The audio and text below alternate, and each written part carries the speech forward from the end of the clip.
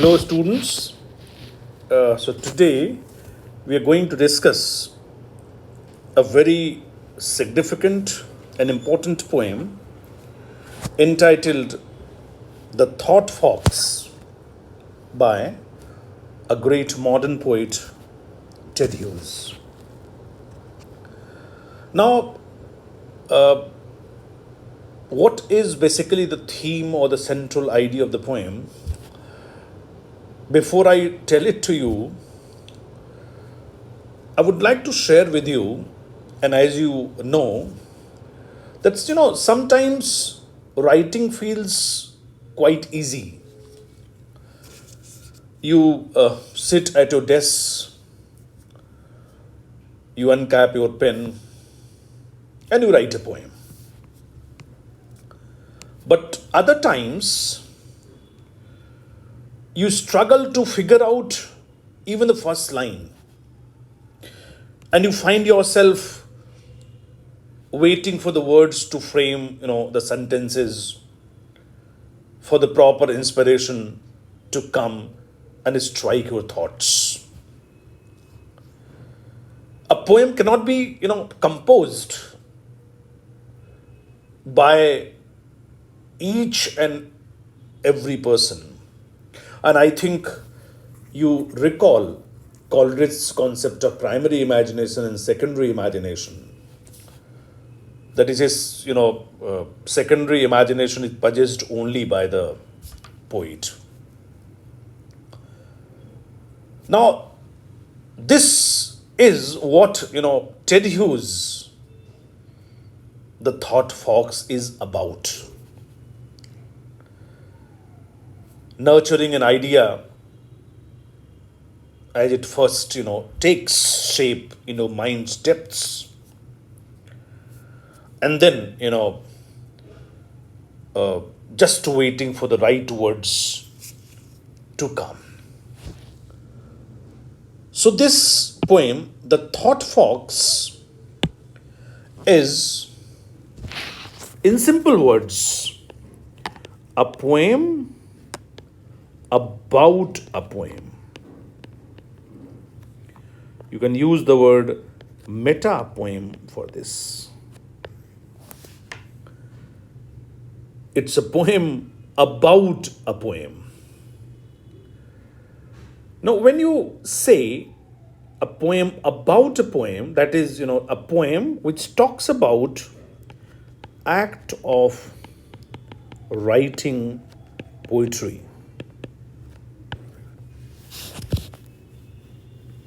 Now, this sentence, the act of writing poetry, when I say this, we remember few more poems which talk about the act of writing. I would like to mention the name of Sir Philip Sidney, a great Elizabethan poet. Poet who wrote a famous sonnet sequence called Astrophel and Stella. Now, the opening sonnet of this sonnet sequence, beginning with loving in truth, is also based on the theme of writing poetry. How can a poem be written? Similarly, a great Irish poet, Seamus Heaney, he wrote a poem called Digging. This poem is also prescribed in your course. That is also based on the theme of the act of, writing poetry.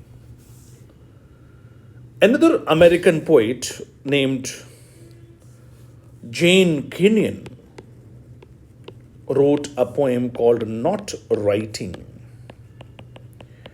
It is also based on the theme of act of writing poetry. I've just told you that this poem, The Thought Fox, is a poem about writing a poem. It is an ars poetica. It is a poem about writing a poem. And if you look at the title of the poem, the thought fox, the thought fox. This poem uses the metaphor of a thought as a fox. So this poem is an animal poem with a difference. You have already gone through the poem Hawk Roosting, where you have the theme of violence. But this animal poem is a poem with a difference. Here, the poet uses the metaphor of a thought as a fox. You'll find out in the poem that as the fox emerges from the dark forest and its sharp, hot sting enters the dark hole of the speaker's head, inspiration strikes the speaker. And the speaker puts pen to page, and the poem is composed. This poem appears in Hughes's first collection of the poem, The Hawk and the Rain, 1957, when the poet was only 27 years old. And as you know, that this collection received the famous Somerset Maugham Award, a prestigious literary award granted to young British writers in support of their work. When you read the poem, you'll find out that this poem is about creativity, it is about inspiration, it is about imagination, as you'll find out in the first stanza, and as I told you in the beginning, the process of writing poetry. The process of writing poetry.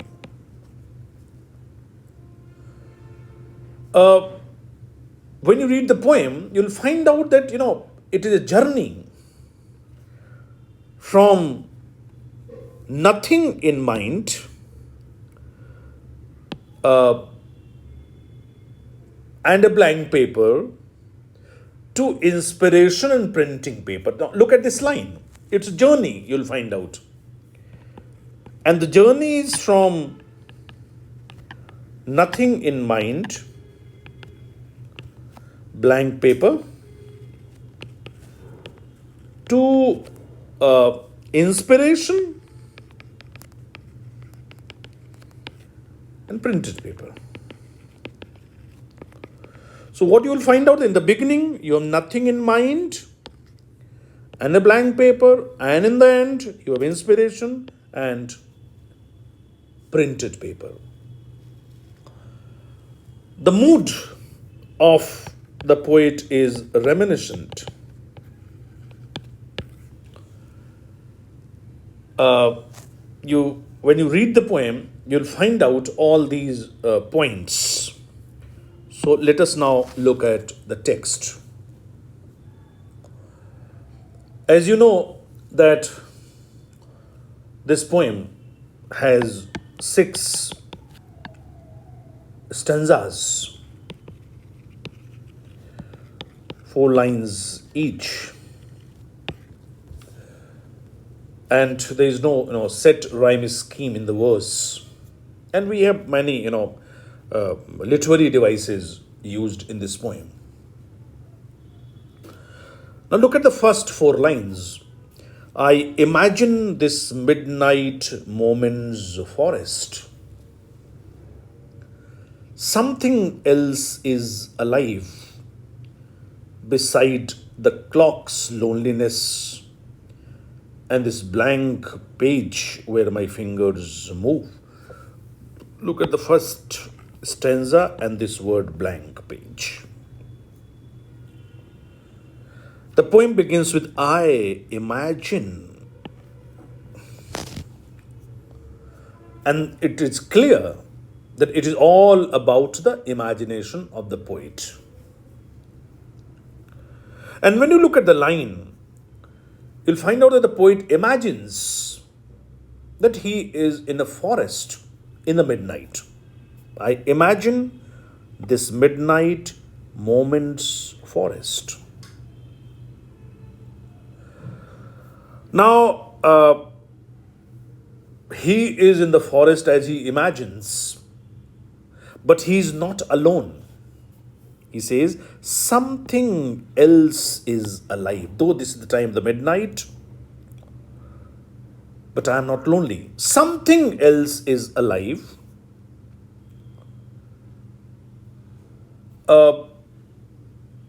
You see, there are certain other things like clock's loneliness and the blank page. So, in addition to the blank page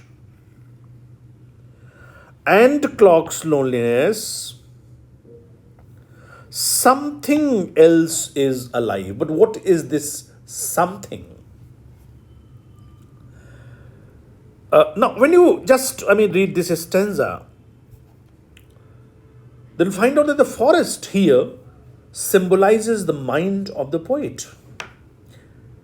That mind where thought comes. And in the beginning, in the first stanza, because, this blank page in the first stanza, and just see the last stanza, this page is printed. I think you can understand. This is the last stanza, the last line, and the first line is blank page. There's a blank page, and his fingers are moving on that blank page. That is, that he's about to write, but thoughts are not coming in his mind. It lacks inspiration. He's just waiting for the right words to come. Through the window, I see no star. Something more near, though deeper within darkness, is entering the loneliness. Something else is alive, and this is this something more near. What is this something? He says, now there is something. And when the poet tries to see through the window, he finds no star in the sky. There's absolute darkness. But there is something which is entering the loneliness. Something is trying to enter the loneliness. Cold, delicately as the dark snow, a fox nose touches. Dark snow can be the example of oxymoron. I think I'll tell you later. Dark snow. Snow is always white. Dark snow. Cold, delicately as the dark snow, a fox's nose touches twig, leaf.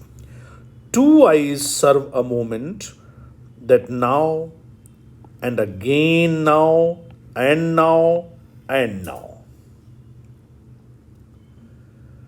Now, in the first stanza, is a something is alive. And then you see, look at this again here, something. You think what this something is. Then look, this is something. Fox. There's a fox he's talking about. Now this something is visible now. And what is this something? It is a fox. Cold delicately as the dark snow. The nose of the fox touches twig, leaf. It is touching the branches of the trees. And now, and again now, and now, and now.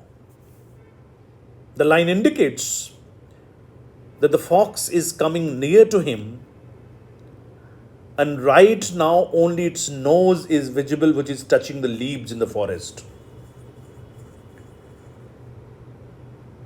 And two eyes are also visible. You just see this line that now and again now and now and now. And then next stanza sets neat prints into the snow. There is a literary device which has been used here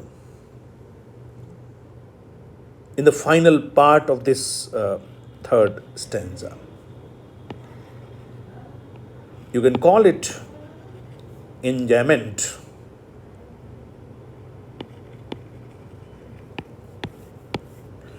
The line is enjambed, is enjambment. What is the meaning of enjambment? The continuation of a sentence from one verse line to the next without a punctuated pause. There should have been a punctuation mark, but there is no punctuation mark. The thought of this stanza is flowing into this stanza without punctuation mark. So, the continuation of a sentence from one verse line to the next without a punctuated pause is enjambment.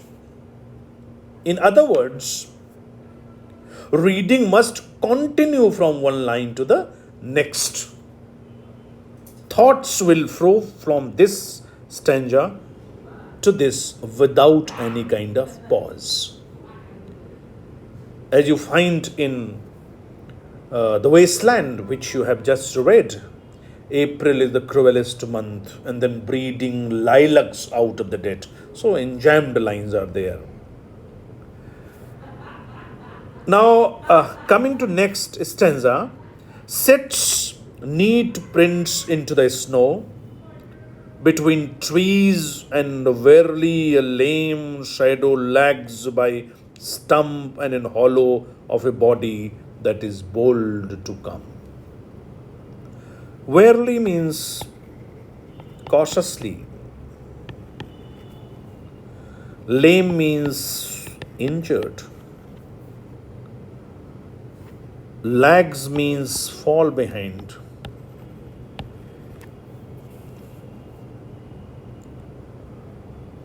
Now, the fox is, setting neat prints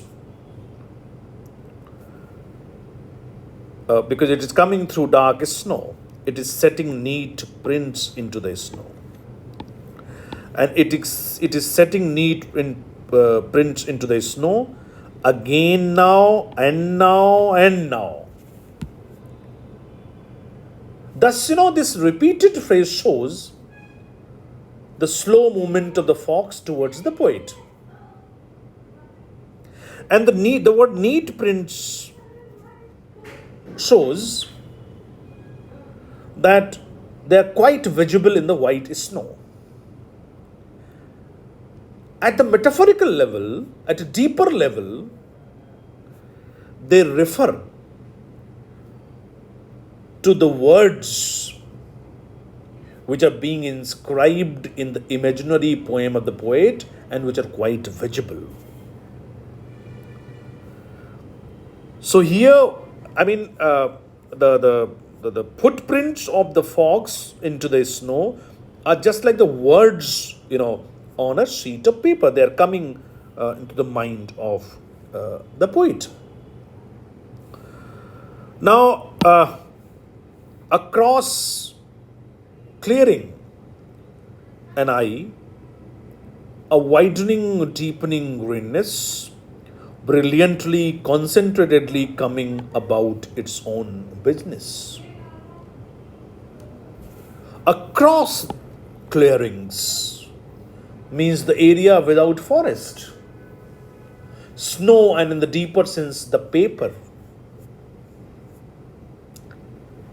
The fox suddenly reaches the poet. The poet feels an eye which is getting wider or bigger. An eye. You have seen two eyes, now it has become an eye. A widening, deepening greenness. The two eyes of stanza 4 have now merged into a single wider eye. Now, the entire theme of the poem and the basic idea is summarized here.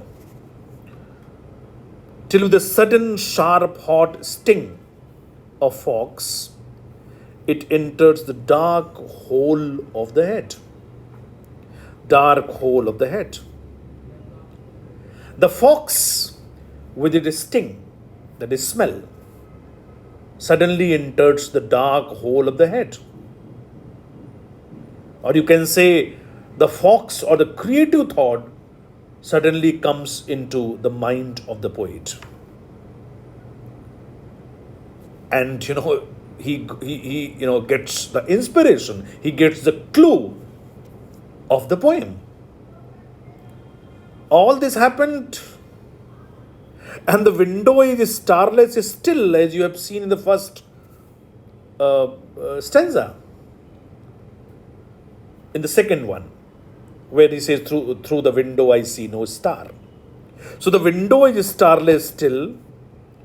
The clock ticks, as you have found out in the first stanza. But what is the difference? The page is printed. The poem is written. When the creative idea comes in the mind of the poet, the page is printed. So the poem shows, as I told you in the beginning, the journey from the blank mind, blank page, to the mind full of thoughts and ideas and a printed page.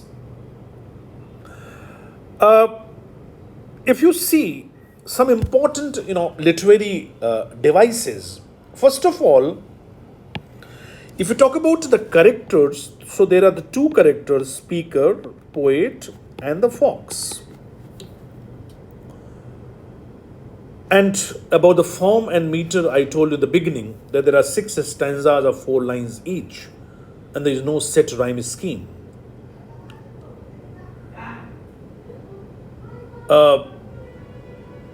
Beautiful literary devices have been used in the poem. You just see, I would like to take the example of few stanzas. Look at this. I imagine this midnight moment's forest.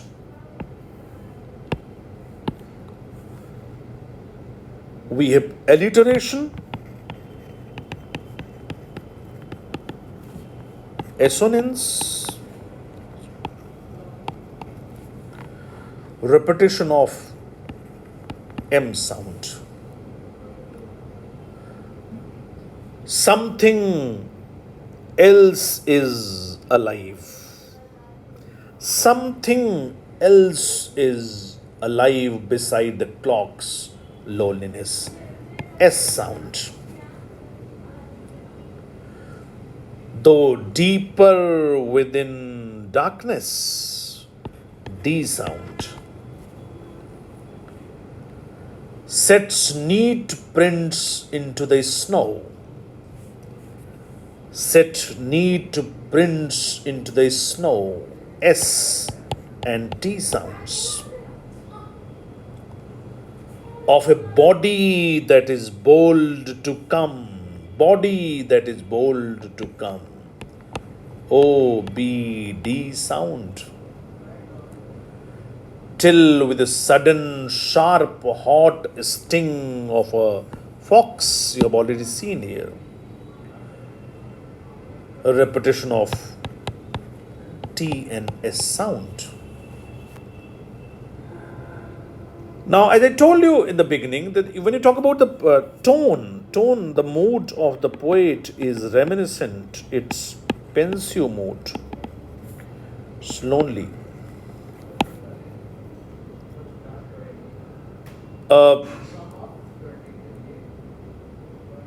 Look at some, other examples. The clock ticks. The clock ticks can be the example of this. Look at this. The clicking of.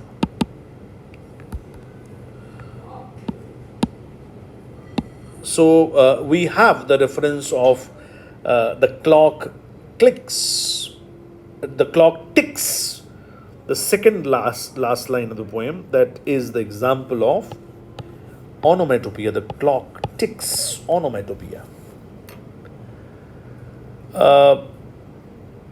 There are other, examples also of different figures of speech. So when you read the poem, you'll find out that very beautifully the poet has used the theme of creative inspiration, and you can also compare this poem, like you'll find out when you read this line, I imagine this midnight moments forest. So you can recall the lines of Windover by Hopkins, when the opening lines are there, like I caught this morning the minions, something like that. So there are so many examples which through which you can compare this poem. So this poem is all about, as I told in the beginning, it's a meta poem. It's a poem about a poem. It's a poem which talks about the act of writing a poem. It's not a fox basically, but a creation of the poet's imagination. The thought fox is actually the metaphor which the poet has used here. Thank you very much.